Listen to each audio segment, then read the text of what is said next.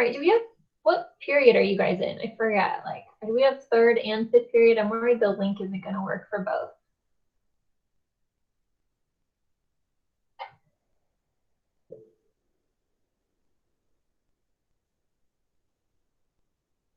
Okay, it is working. Perfect. I just wanted to double check. Thank you, guys. So we'll wait a couple minutes to see if everyone can jump on.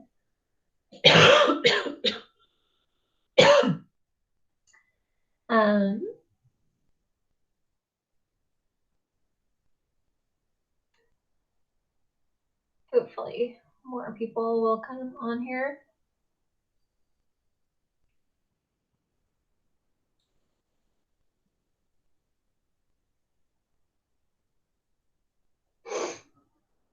No comments. Okay, so all right. So little life update for you guys. I've been super sick for Thursday will actually be 6 weeks now. I have like an upper respiratory this virus that was really affecting my breathing. And so I have like this cough and it like totally exhausted me like crazy. So yeah, I've talked with the doctors like 5 times and got put on inhalers and a whole bunch of medicines to try to help me through this. We were thought that it was, with everything going on, we thought it was COVID. So I was in my room by myself for 4 weeks, which is so long. And yeah, so quarantined by myself and didn't hug the kids, nothing for 4 weeks. It's crazy. And the testing wasn't really available, so they were just thinking that it was most likely COVID. But I just got tested last week, finally, and it came back negative.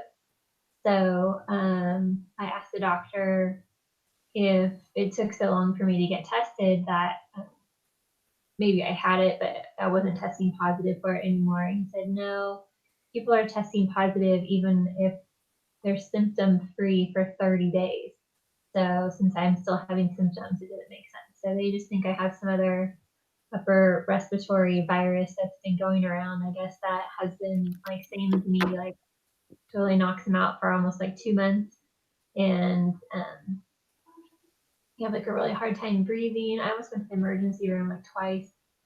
But it's hard, and it's hard because like my husband and my kids, we were thinking it was COVID. So, like they can't be in the car with me. So I would have had to, even though I could hardly breathe, I would have had to like driven myself to the emergency room. And it's just crazy the conversations that we had to have to try to like figure out what was going on. But I kind of made it through. I probably should have gone, but I didn't because I didn't want to be exposed to anything else.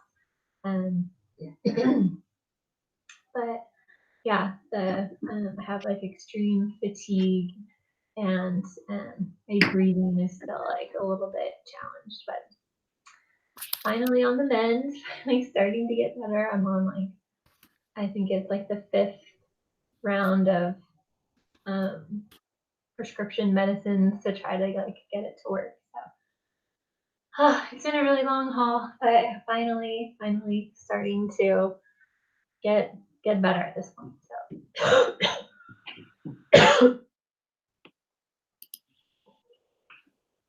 so that's why I've been so absent from teaching for a while, and kind of weird times, but yeah. Thank you, Chase. Yes, starting to kind of round the corner and starting to feel better, which is good. It's been way too long to be cooped up in my room. It's making me crazy. So yeah, so all right. So we can talk about a couple things. I updated your grades as of Sunday, I think, or Saturday, I don't remember. Just recently. So everything should be up to date. There are a few people who did not take like the chapter 13 test, so I will be emailing them individually, but everybody else is up to date with that.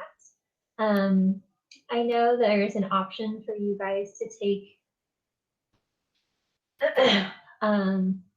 this last quarter as like credit, no credit, like pass, fail. I'm going to do my best to try to make sure that your grades that we were in person should be your dominant grade. If you notice, like the quizzes that we took online were not worth a regular quiz grade. They were only worth like 12 points, I think. And then the same with the test grade. They're only worth 18, not like 200, because I want it to be in proportion to what you guys have done in class, not necessarily this craziness. So hopefully you guys will stick with your letter grade, and that should be reflective of your grade overall. I still have to grade your projects, so those you turned in like the week that we left school. So I still have that to grade, which I'll try to get to. And then, yes, so we're going to be reviewing for the AP exam. Typically, I give you a final, but I'm not going to give you like my regular type of final in this environment. So I haven't quite figured out what I'm going to do for like the final category of your grade. It's not going to be a test, so we'll see. We'll see. We might do like another project, or I don't know. I have to create it or something. So don't know. We'll just leave that.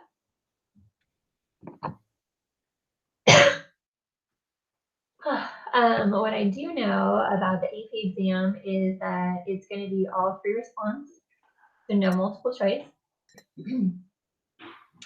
And it's going to be much shorter. Normally, the free response, you would have an hour and a half to do the 6 questions. But this, they're only giving you 45 minutes. Basically cut in half. So I'm kind of thinking it's either going to be 3 to 4 questions. I'm not sure.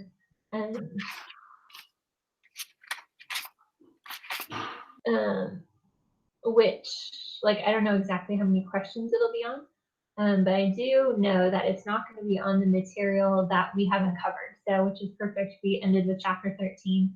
The next chapter, chapter 14, is at chi-squared, which the AP review was doing those reviews of. That material is not on the test. So we pretty much covered everything that would be on the AP exam as we know it for this year. So my guess is if it's 3 questions, I would think one of the questions would be from second semester. So probably like some sort of test with a hypothesis, hypothesis test with a confidence interval is what I would think one of the questions will be. Like maybe part A is to a confidence interval, part B is like a test for a difference or something. That's what I would guess. That's what I would guess. And then I would guess the other 2 questions will be something from first semester. So the options there would be analyzing data like box plots, histograms, describing those, which always sound easy, but those are actually the ones that students typically don't always score the highest scores on. So we can practice those. Linear regression would be fair game for that. So you have like a couple options. So linear regression, chapter 5, which is the designing experiments and samples, that usually is always a question. And the end of the semester was all on probability stuff and random variables. So I would think that of those 4 topics, you'd probably have 2 questions from that. That's at least my guess as to what I would think they would test you guys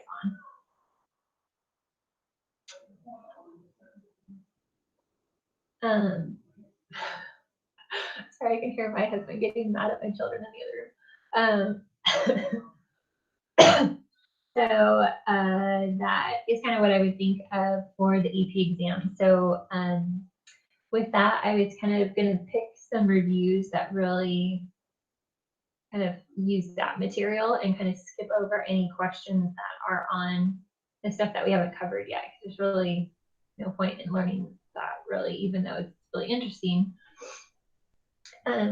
It's not going to be on the test, so at this point, if you learn it, awesome. If not, you're not getting tested on it. So yeah.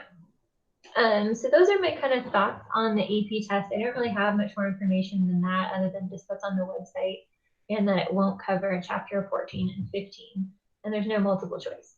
So we might still do a couple of reviews of multiple choice just because it really bounces around from topic to topic, which is very helpful to review each of those sections.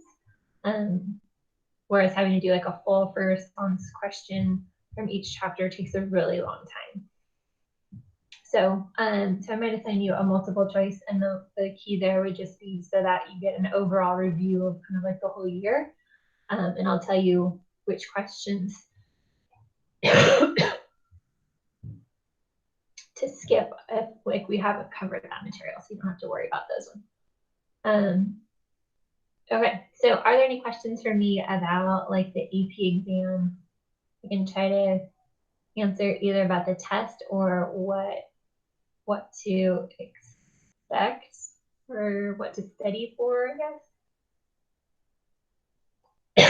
So if you have any questions, go ahead and type them in the chat.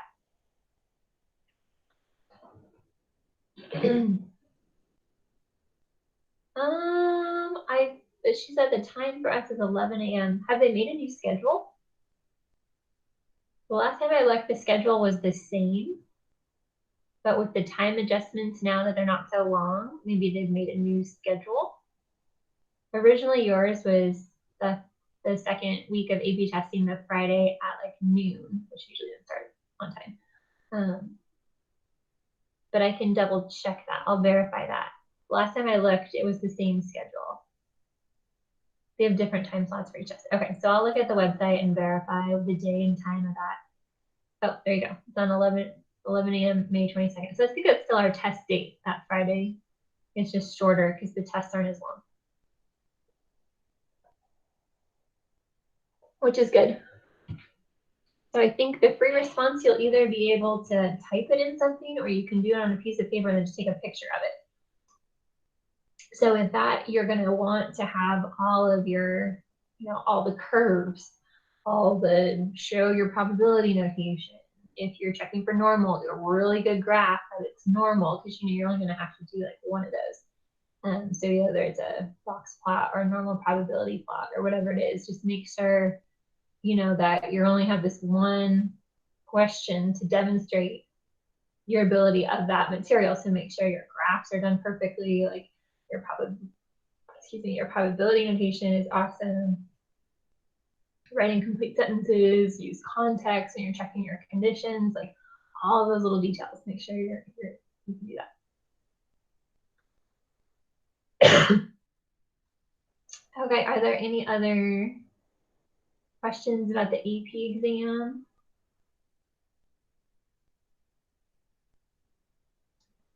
Okay, so hopefully you've printed out or looked at or something I put that flow chart of basically all of second semester, the different proportions and mean tests, the layout of those. I would highly recommend putting like the confidence interval formulas at the bottom just so it's all on one paper. And then that's literally questions like chapters 9 through 13 all in one like flow chart. So it's very helpful. And as we're doing these reviews, feel free to have your formula sheet out so that you get used to looking at that. You'll have that still in thinking on the test, and let's see why not. They've always had a formula sheet, so I haven't seen any notes that has been changed.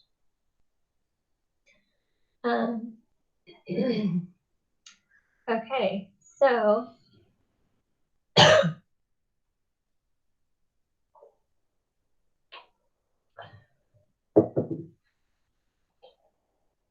On to the review that I gave you guys the 2018 free response.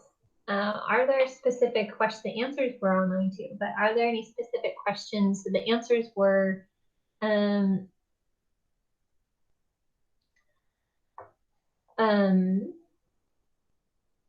like the grading sheet. It wasn't like my answers that I scanned and put on there. It was just the actual answers from the AP exam rubric.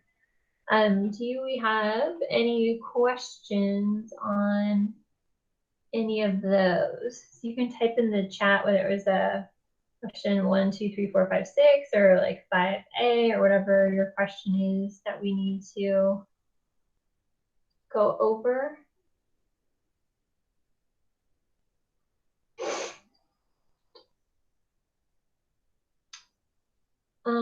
Once I know the outlier. Oops.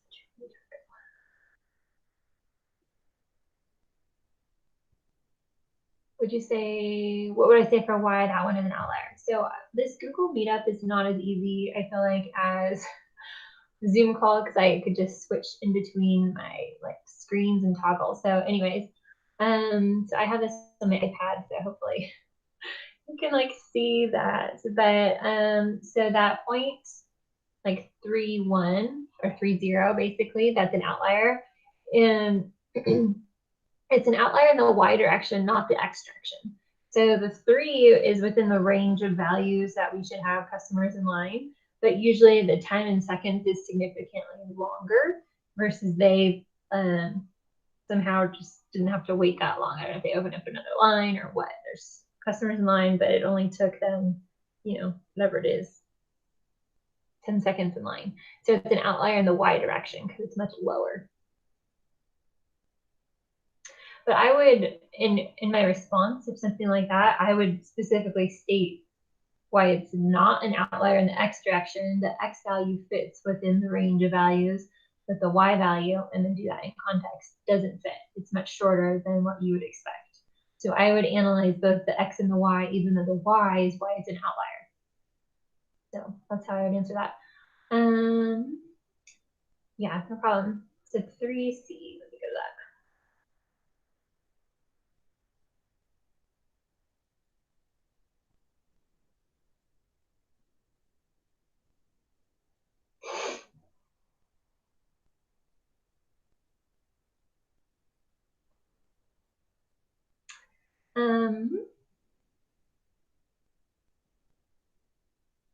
So for 3C,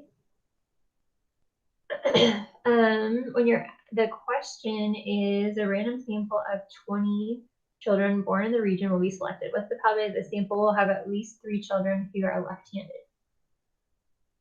So for that one, you should recognize, first of all, that it's a binomial situation.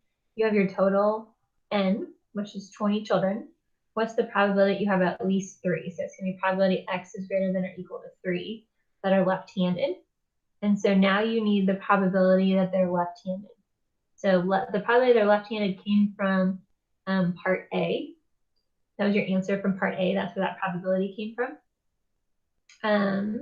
So you're basically, I have like a whiteboard. I don't know if you guys can see this on this green mode. Can you guys see this? I don't know. Mine looks really weird. Can you guys see this if I write something on this little whiteboard? Or is it just too small? Yeah, you can see it. Okay, mine are all like little like icons. So. Okay, so for part C, you know it's binomial, so you're doing the probability x is greater than or equal to 3. You have to do binomial. So what they did in the answers, which is what I would do too for binomial, not using a calculator command. If you're doing a calculator command, you would do 1 minus binomial CDF and do it that way. But if it's a free response question, you don't want to do that. So you're going to do 1 minus, because you want to do 1 minus the probability x is less than or equal to 2, because it's hard to do the greater than. And so you'll have that 1 minus, and then you're doing the binomial for this. So you have 20 combination 2, the probability of success, which is the answer from part A. So it's like they used a lot of decimal accuracy. So 0.11 I don't know, like 4 to the second, and then 1 minus that, 4, and then that would be to the 18th because the exponents have to add up to 20. So you'd have, oh, sorry, that's just for 2. And then you got to do this for 0 and 1. So, sorry, I should have done this. I wasn't thinking it was cumulative. So if you do this, sorry, I'll change this. So do 0. This would be 20, and then plus you would do 20 combination 1, dot, dot, dot, dot, 20 combination 2, and then this would be 0.114 squared, 1 minus 0.114 to the 18th. So you have to add all those up to get 0, 1, and 2 without doing binomial CDF. I was just entering, like, anyways. So this would be, I'll just dot, dot, dot. 0.114 to the first, and minus that to the 19th, and add that up, and then subtract all that from 1 at the very end. So you might want to write this on your paper, but then just use 1 minus binomial CDF. The binomial CDF would go up to 2. So you have 20, the probability 2. And then so I would do that in the calculator and just write that as my answer, even though you have this as your work. And you could do a dot, dot, dot. You don't have to do that middle one, but doing the first and the last.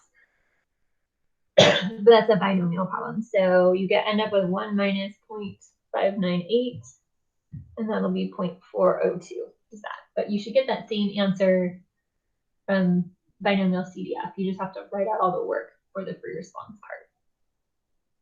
Hopefully that helps. Sorry, I kind of wasn't doing that right at first. Good. Okay. Other questions?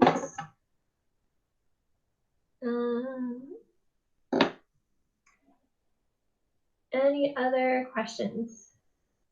I don't know if you guys took time to kind of read through the free response rubric as you were doing it. They show you like what the answers are supposed to be, but then they also, in the next part, will show you how it's graded.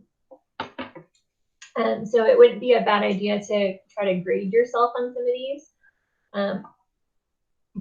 Always students grade themselves higher than what somebody who's independent would grade them, but it's a good idea to see that they're graded usually as essentially correct, partially correct, or incorrect.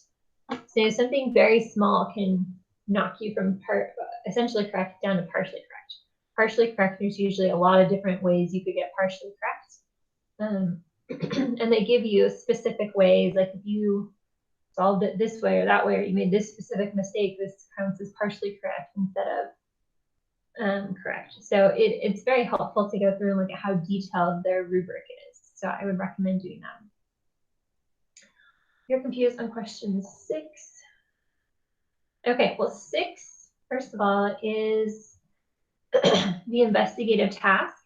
So I don't think they're going to have an investigative task on this with the time like crunch that you guys have. Yes, so usually question 6 is designed to be more challenging, not something that we've necessarily gone over specifically. Usually, like you had questions on B through E. So usually part A is going to be something that we've seen, and the rest of that question will be an extension of something that you're not necessarily comfortable with.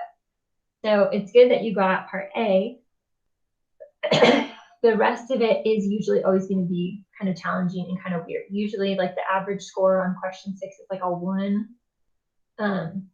So not that many people score well on it, and I don't know, but it's designed that way. But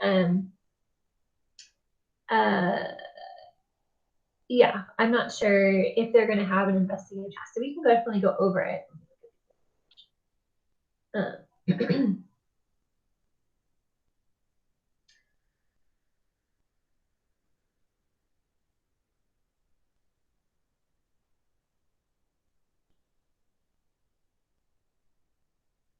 So yeah, it's worded weird, like or differently than we normally see, but you're just going to do a Z-score. It's a one-sided test. The standard deviation is known.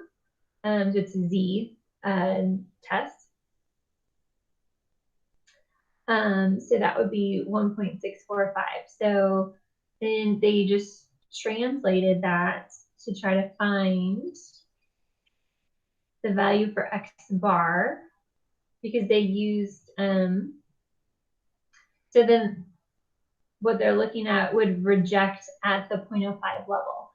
So you're looking at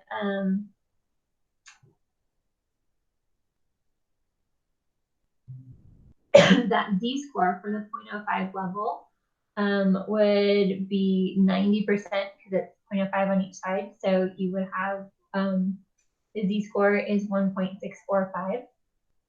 And so that's what they used in that. They're using that alpha level of 0.05, which would translate to 1.645.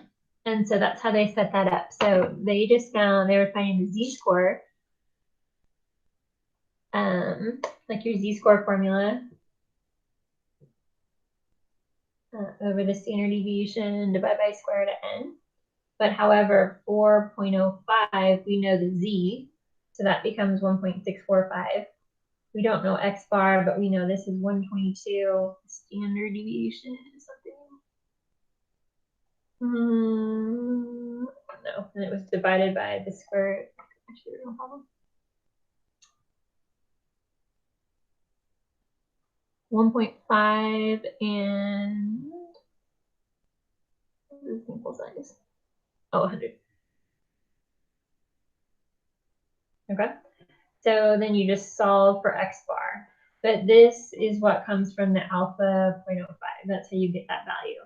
So you're able to solve for X bar on that one and get that it's 124.4675. And here they specifically said you want to reject. So it would have to be higher than that alpha level. So your X bar would have to be something bigger than 124.4675. That's why they have a greater than, because you want to reject. So to be in that rejection region, you would need something that is larger than this. You couldn't go smaller because then you would fail to reject. So hopefully that makes sense for part B.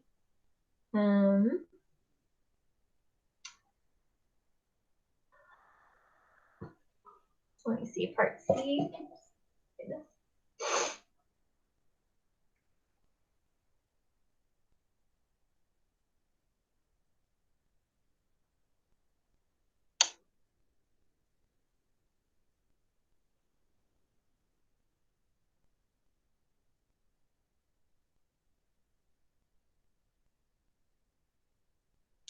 So here you're going to use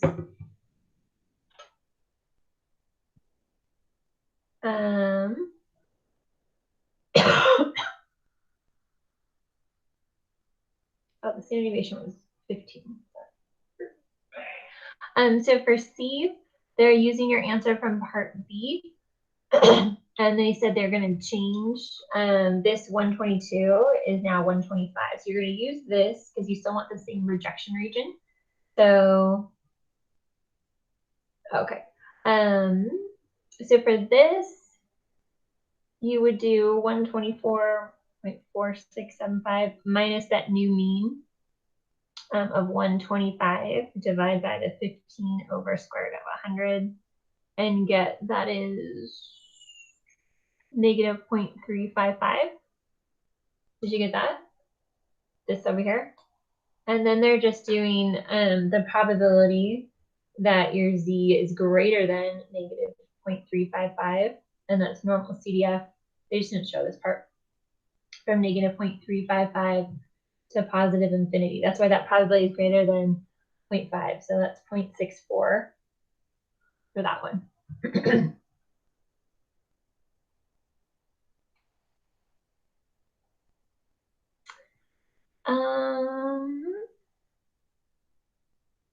Okay. This is actually called the power of the test. You didn't do that, but that is what that is called. And then for D, and then for C, or sorry, E.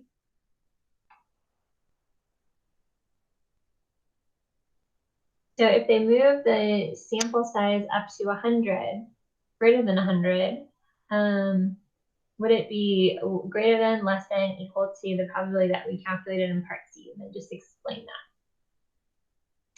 that. So you can just go through, I mean, you can go and just go back and change it, and then change it if you need to prove it to yourself and say if it was lower, this would happen.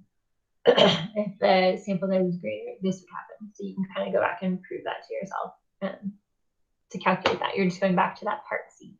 But yeah.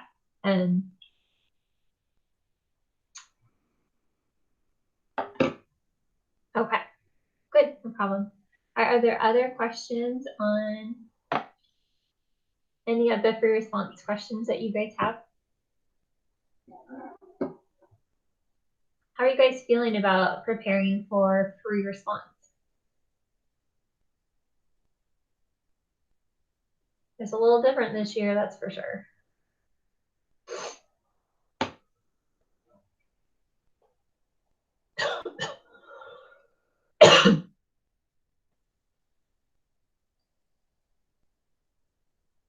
Oh, I haven't read that. So we split the AP Stats exam into 25 minutes for the first portion and 15 minutes for the second part. I'm guessing yes, then they'll do like the 2 questions. I'm guessing on average, if you calculate it, normally it's supposed to take approximately 12 point something minutes for each question. So that would make sense that you'd have 2 questions in the 25 minutes and then 1 question for the 15 minutes, which is how much time you're supposed to spend on the investigative task. So it looks like some sort of abbreviated investigative task. They're not going to lose that part, which is interesting.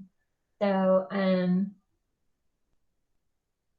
more practice problem, more free response. Is that what you're asking for, Megan? Yeah, I'm going to give you guys some more. I have a whole bunch.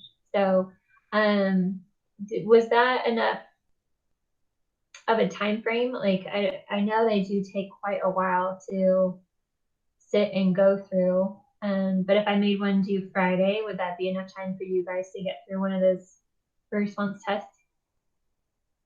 Just so that we can get some more of those tests in before we get into the AP exam. We have plenty of practice ones. Yeah. Okay.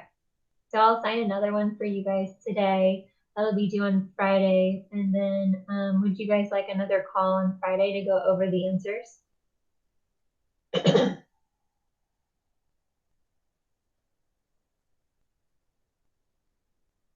Okay. So we'll plan on that. So we'll plan on a call on Friday. I will post the review that we're going to do. They haven't released that kind of information to the teachers. I'm guessing for security reasons, they're probably going to have quite a few versions of the test is what I would anticipate. But you're also having to do it at the same time. So for you to actually finish the test, to be honest, it makes it hard for you to cheat with somebody if you're doing the test and trying to actually complete it to the best of your ability in that time frame. So I'm glad they're keeping it at the same time. But I would imagine that they would have a few different versions of the test,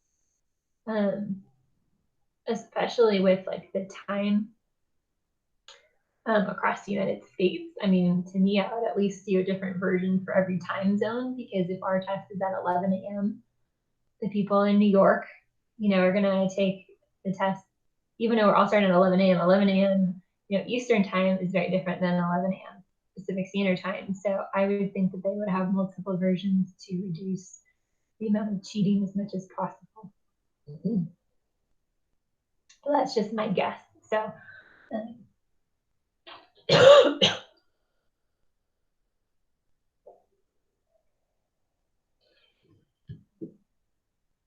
so Matthew, I don't actually know the answer to that 100%, but it's a little bit easier when you have paper copies of stuff to keep it secret. Okay. Well, thank you guys all for tuning in. We will plan on having a call Friday morning then. to just talk about the next free response. So I will post that in the Google Classroom for you guys to do. The answers are probably already on the year review tab in my website. But yeah, so all right. Well, I will talk with you guys on Friday. Make sure that you've turned this review in the Google Classroom just by taking a picture of it and uploading it so that you get credit for that. And these will be worth more than a regular homework assignment because they take so much longer to do. They're not just like a worksheet like front to back. These take quite a big amount of time. So they'll be worth like 15 or 20 points or so because we're also going to do like 1 to 2 of these a week, not like when homework assignments are more frequent. So definitely make sure that you get those in. Oh, I'm totally out of breath. I can't talk anymore. So yes, so stay healthy, you guys. Hopefully none of you guys are sick or your family members. And you can, we'll do the call on Friday morning. Okay, so you guys can plan on that. Have a great week, and we'll talk to you guys on Friday. Thank you. Thank you, Sabrina.